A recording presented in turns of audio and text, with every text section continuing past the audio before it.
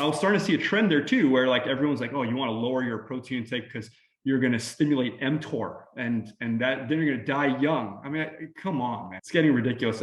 Those same people, I assume, if they want longevity, they're working out. Yeah. And let me tell you, working out stimulates mTOR. It doesn't get more contradictory than that. But again, you have to be very cautious of where you're getting your information from. To that point, Dr. David Sinclair, Harvard trained professor. Yeah. Well, he's one of the foremost advocates of fasting and of longevity. And he's primarily behind, let's say, the popularity of resveratrol and more recently metformin. All that aside, he speaks all the time and tells everyone that they should be following a intermittent fasting protocol to live a longer period of life. And he's very compelling. Yeah.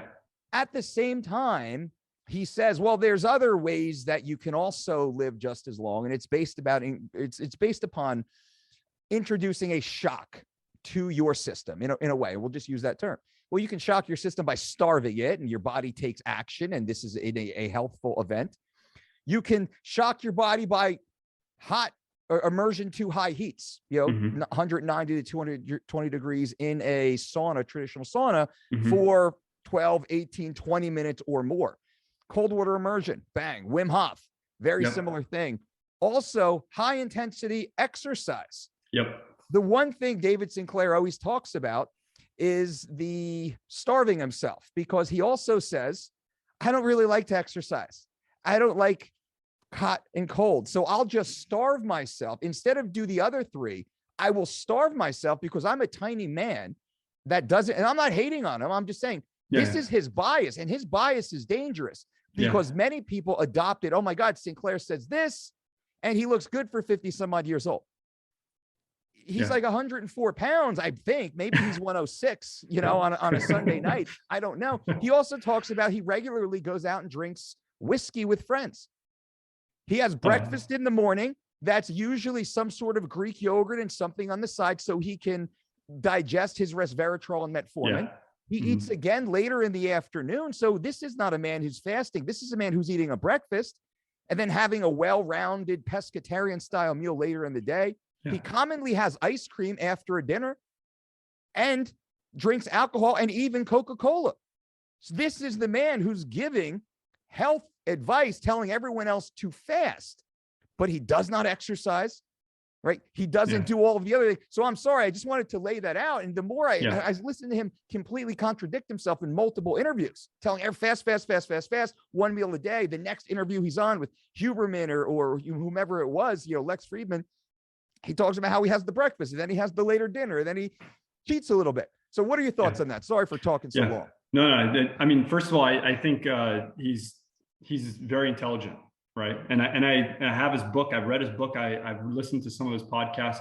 But I think ultimately what this comes down to is it's not necessarily fasting. It's caloric restriction. And if he's in a deficit, then that's what he's touting is potentially going to improve longevity. But here's the counter to that.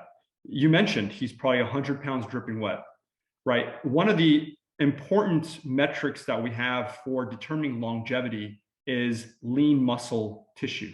I mean, lean mass, right? Or your muscle tissue, or certain there you go. That's it, right? So you can, even if it comes out, first of all, a lot of his information is from animal studies again. So if it comes out 10, 20 years later that, maybe fasting is really this miracle drug, what type of life are you going to have at 80 when you have no muscle? You fall, you break every bone in your body. Exercise is necessary.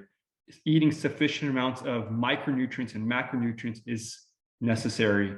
So I would not ever sacrifice potentially putting on more muscle mass for the sake of fasting, just because I think it might potentially increase my lifespan by who knows how long. That's kind of my take on it. I feel like certain going through cycles of caloric restriction, great. You can potentially benefit from that, or caloric surplus if you want to put on muscle mass. It's very beneficial. or increasing your carbohydrate intake, whatever. It could be very beneficial. Some of these things you can change throughout the year depending on your goals. But just generally recommending fasting across the board for everyone and claiming that it improves your lifespan, I don't see any human data that proves that.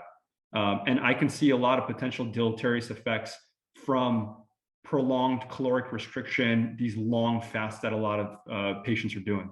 So I don't recommend it. Again, I think he's a brilliant guy, and I've read his work, I've listened to him before, but I personally, it doesn't align with my way of practicing medicine.